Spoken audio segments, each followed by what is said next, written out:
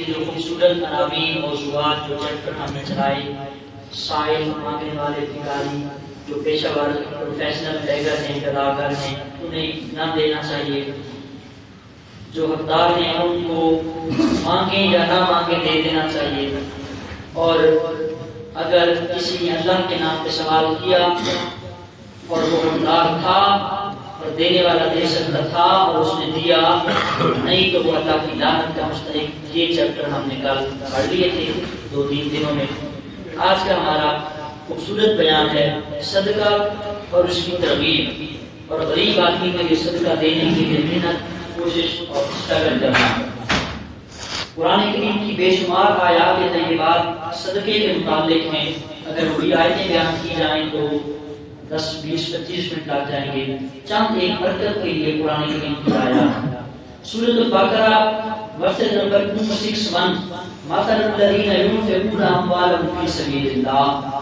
اللہ کی راہ میں جو خرچ کرتے ہیں، مال اپنا صدقہ کرتے ہیں، ان کی مثال ایسی ہے کمثل حبۃ انبتت 7 سنابل. جس طرح کے زمیندار زمین میں دانہ ایک بوتا ہے، اس ایک دانے سے اللہ پھر 7 بالیاں نکالتا ہے. اور پھر فرمایا فی کل سنبلۃ 100 حبہ. پھر ہر ایک سٹے میں، ہر ایک کوشے میں، ہر ایک جو ہے بالی میں ایک 100 دانہ اللہ تعالیٰ رکھ دیتا ہے.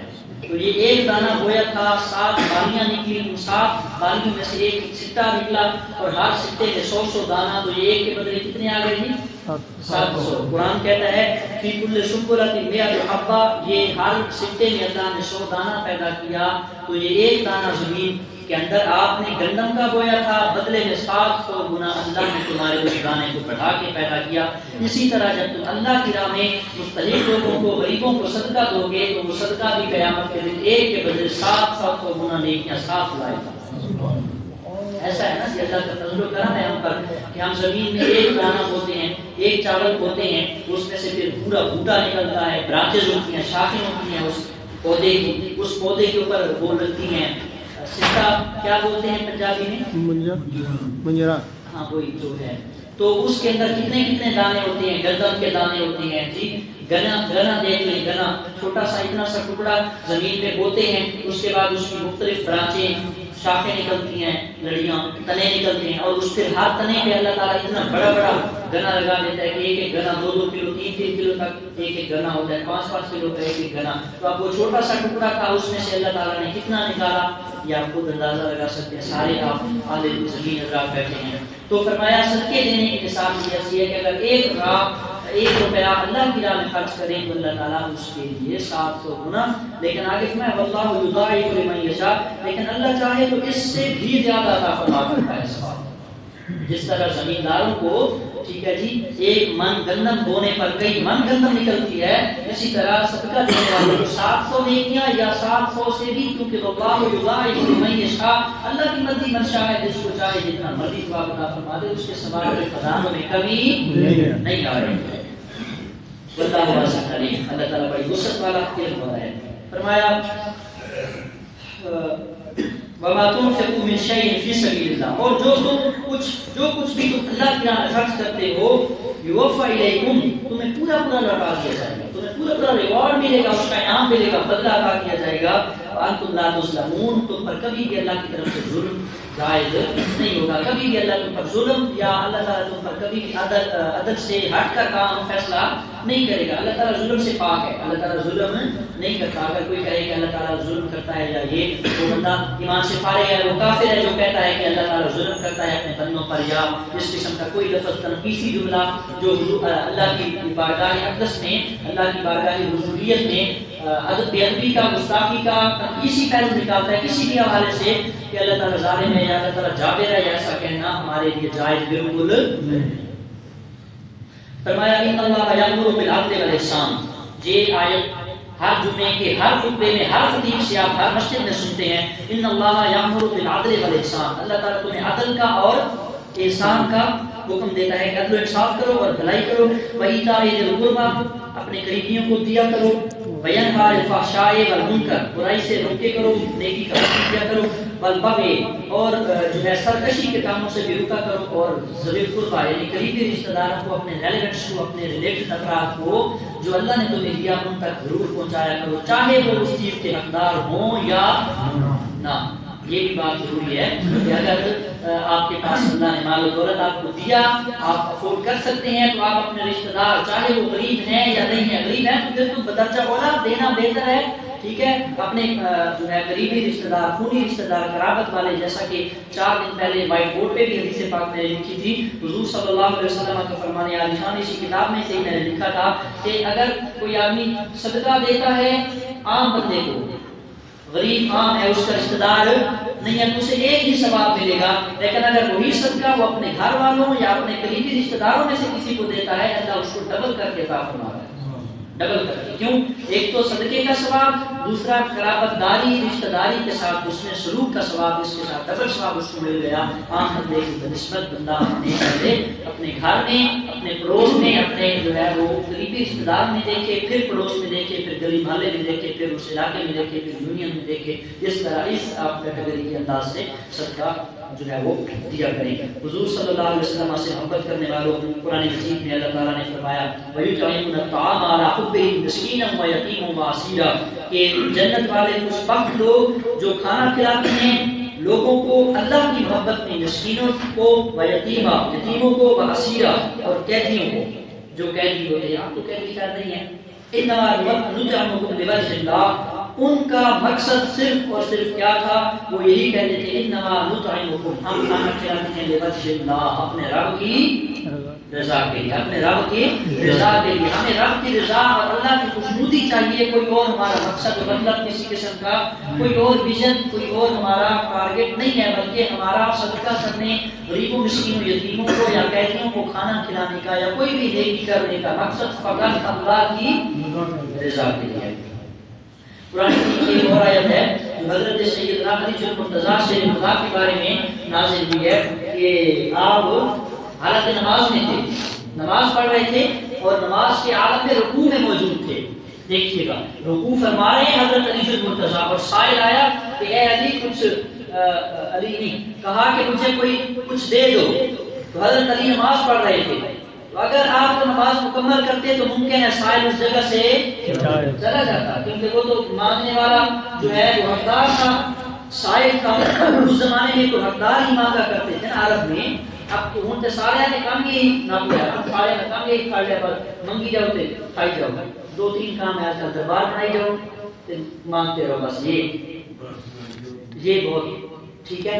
تو حضرت علی نماز میں رکوع میں مانگنے والا حقدار سائل، اس نے سوال کیا مجھے کوئی اللہ کے نام پہ دے دو۔ حضرت علی کے جیب میں کچھ نہ تھا، نماز کی حالت میں انگوٹھی پہنی ہوئی ہے رنگ چاندی کی، ٹھیک ہے، تو وہ نماز کے عالم میں حضرت علی نے رکوع کے عالم میں ایسے مانگنے والے کے سامنے ایسے ہاتھ کے عمل کریم کے ساتھ ایسے کر کے انگوٹھی کو اتار کے اس کے سامنے ہاتھ کیا، اور وہ مانگنے والا سائل جو تھا، وہ بھکاری جو مانگ رہا بھی، اس کو حضرت علی نے نماز کے عالم میں، رکوع کے عالم میں انگوٹھی اتار کے مانگنے والے کو عطا فرما دی۔ دنیا والوں کو بتا دیا کہ نماز اللہ کا فرض، اللہ کی بندگی، اللہ کی عبادت ہے، لیکن اللہ کی عبادت کے ساتھ مخلوق خدا کی بندگی، مخلوق خدا کی خدمت جب تک نہیں ہے، آپ کی نمازیں وغیرہ کسی کام کی۔ اسی چیز پہ میں کتنا فوکس کر رہا ہوں، کتنا میں زور دے رہا ہوں، کتنا زور اس لیے دے رہا ہوں کہ اللہ تعالیٰ نے آپ کو نوازا ہے، آپ اپنے غریبوں کا خیال کیا کریں، آپ اپنے مستحق لوگوں تک پہنچایا کریں۔ حضرت علی کا یہ فعل، قرآن کی آیت ہمارے لیے مشعل راہ ہے، ہمارے لیے بہترین نمونہ ہے، زندگی گزارنے کے لیے بہترین ہمارے لیے میسج موجود ہے، ایک لیسن موجود ہے کہ عالم نماز، حالت نماز میں بھی مانگنے والے حقدار کو خالی محروم نہیں کیا۔ عمل کریم، تھوڑے سے عمل کے ساتھ انگوٹھی کو یوں اتارا اور ہاتھ کو لمبا کیا، رکوع کے عالم میں رکوع تو لمبا ہوتا تھا، 8:30 بار جانا تھا، ٹکرا مار کے فوراً اٹھ جانا، ان کا رکوع تو لمبا ہوتا تھا، تو نماز لمبی ہونی تھی، اس لیے بھائی سائل چلا نہ جائے، نماز کے عالم میں انگوٹھی اتار دی۔ جیسے ہی انگوٹھی اتار کے دی، اللہ نے جبریل کو بھیجا، اللہ کو ادا پسند آئی، رب نے کہا جبریل جاؤ میرے نبی پر قرآن کی آیت اتارو۔ حضرت علی کا یہ فعل، حضرت علی کی ادا رب کو پسند آ گئی، رب کو یہ ادا پسند آ گئی ہے۔ قرآن کی آیت علی حبہ یتیموں مسکینوں و یتیموں و اسیرا، اللہ کی محبت میں مسکینوں، یتیموں اور قیدیوں کا خیال کرتے ہیں، وہ کو عطا فرماتے ہیں۔ تو حضرت علی کے حق میں یہ شان نازل ہوئی ہے، یہ آیت نازل ہوئی آپ کی شان میں، آپ کے حق میں کہ نماز کے عالم میں آپ نے مانگنے والے کو روٹی دی اور ہمیں سبق دیا کہ جو ہے اگر کسی کے پاس اللہ نے دیا ہے مال و دولت کو دیا کریں، جو مانگنے والا حقدار بنتا ہے۔ قرآن کریم کی بے شمار آیات ہیں، ایک آیت پڑھ کے اس کے بعد دعائے خیر وائنڈ اپ کرتے ہیں اور انشاءاللہ کل احادیث مبارکہ پڑھیں گے۔ اللہ فرماتا ہے ان الانسان خلق ہلوعا، انسان کو بڑا ہی لالچی پیدا کیا گیا۔ ان الانسان، یہ رب کہہ رہا ہے، ہاں جی میں آپ سارے لالچی ہیں نہیں ہیں، کیونکہ رب کہہ رہا ہے، رب کا کلام اللہ کی بات جھوٹی۔ ان الانسان خلق ہلوعا، انسان کو بائی نیچر، انسان کو نیچرلی طور پہ، فطرتی طور پہ اللہ کی طرف سے کہہ دیا جیسے ان الانسان خلق ہلوعا، انسان کو اللہ نے جو ہے وہ لالچی پیدا کیا گیا۔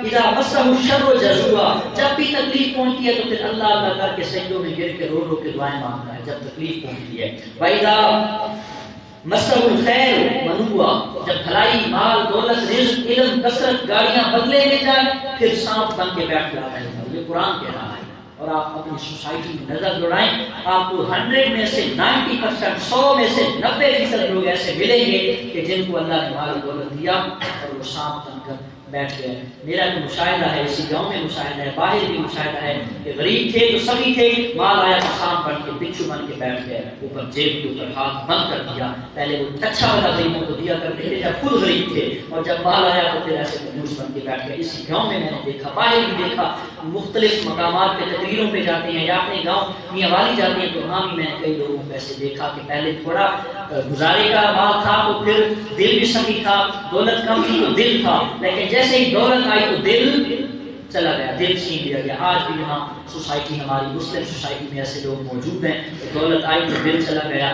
دل نہیں ہے، دل پیدا کرو، دل بڑا کرو، وسعت قلبی پیدا کرو۔ تو فرمایا قرآن انسان کو لالچی پیدا کیا گیا، بھلائی برائی پہنچے تو گڑ گڑاتا، روتا، عاجزی کرتا، اللہ کی بارگاہ میں آنسو بہاتا ہے۔ وَإِذَا مَسَّهُ الْخَيْرُ مَنُوعا، خیر پہنچے، بھلائی، رزق، کثرت، دولت، مال، بیٹے، گاڑیاں، پراپرٹی، جائیداد، بزنس عروج پہ پہنچے، منوعا، پھر روک لیتا ہے، ہاتھ بند کر لیتا ہے۔ إِلَّا الْمُصَلِّينَ، لیکن ان میں سے جو پکے نمازی ہیں، الَّذِينَ هُمْ صَلَاتِهِمْ دَائِمُونَ، جو دائمی اور ریگولرٹی کے ساتھ، پابندی کے ساتھ، باقاعدگی کے ساتھ پراپرلی جو نماز پڑھتے ہیں، ان کے دل پہ پاک صاف اور سخی دل ہیں کہ وہ اللہ کی راہ میں پھر بھی دولت آنے کے باوجود بھی دل کو بڑا کر کے سخاوت کرتے ہیں، لوگوں کے مال کو تقسیم کرتے ہیں۔ ہمیں بھی چاہیے کہ جو کچھ اللہ نے کیا ہے، ایک بات یاد رکھیں، میں پہلے ہی یہ کہتا رہتا ہوں، ضروری نہیں ہے کہ آپ کسی کو پیسہ دیں، پیسہ نہیں ہے نا، اگر پیسہ ہے تو پیسہ دیں، پیسہ نہیں ہے تو یار پیچھے اخلاق تو ہے، غلط کہہ رہا ہوں، پیچھے اخلاق تو ہے نا، ایکسیلنٹ مینر تو ہے نا، گڈ بیہیویئر تو ہے، اچھا رویہ تو ہے، وہ دے دیں۔ وہ نہیں ہے، علم تو اللہ نے دیا ہے کسی کو، وہ علم دے دیں نا، صدقے کے طور پہ علم دے دیں، سکھا دیں کسی کو آیت، ترجمہ، حدیث، قرآن، تقریر، بچوں کو، بیٹے کو، بیٹی کو، گھر والے کو، کسی کو بھی سکھا دیں، ہاں جی۔ اس کے ساتھ اگر یہ نہیں ہے تو کسی کو سہارا دے دیں، یار فکر نہ کر، تیرا بھائی تیرے نال ہے، تو ماڑا ہے نا، کوئی گل نہیں، میں تیرے نال ہوں۔ یا آپ کے ان دو لفظوں سے اگلے بندے کا دل بڑا جگرا بڑا کر کے اس کو کہہ دیں، وہ اس کے اندر ایک نئی جان آ جائے۔ ایسا ہی ہے نا، آپ نے دیکھا ہے نا معاشرے میں، ہمارے رواج کلچر میں ایسا ہے، اگر کوئی آدمی مشکل حالات میں ہے، آپ اس کو دلی طور پہ کہیں یا ویسے کہہ دیں، آپ اس کو کہیں یار تو ماڑا ہے، کوئی گل نہیں، میں سے تگڑا، میں دے، یا تو ماڑا ہے، میں بھی ماڑا، اللہ پہ تگڑا ہے نا، اللہ کی ذات کو دیکھ رہی ہے، حالات سے مجبور ہیں۔ اگر مہنگائی ہے تو مہنگائی انسانوں نے کی ہے، رزق تو اللہ دیتا ہے، پریشان نہ ہو، تیرا بھائی تیرے ساتھ کھڑا ہے۔ کسی معاملے میں علم دیں، جو ہے ان کو اچھے اخلاق دیں، ان کو سہارا دیں، ان کو جو ہے وہ سپورٹ کریں، ان کو پیسہ دیں، ان کو مال دیں، ان کو جو ہے وہ ٹائم دیں، ان کو وقت دیں، یہ ساری چیزیں کیا ہیں؟ صدقہ ہیں۔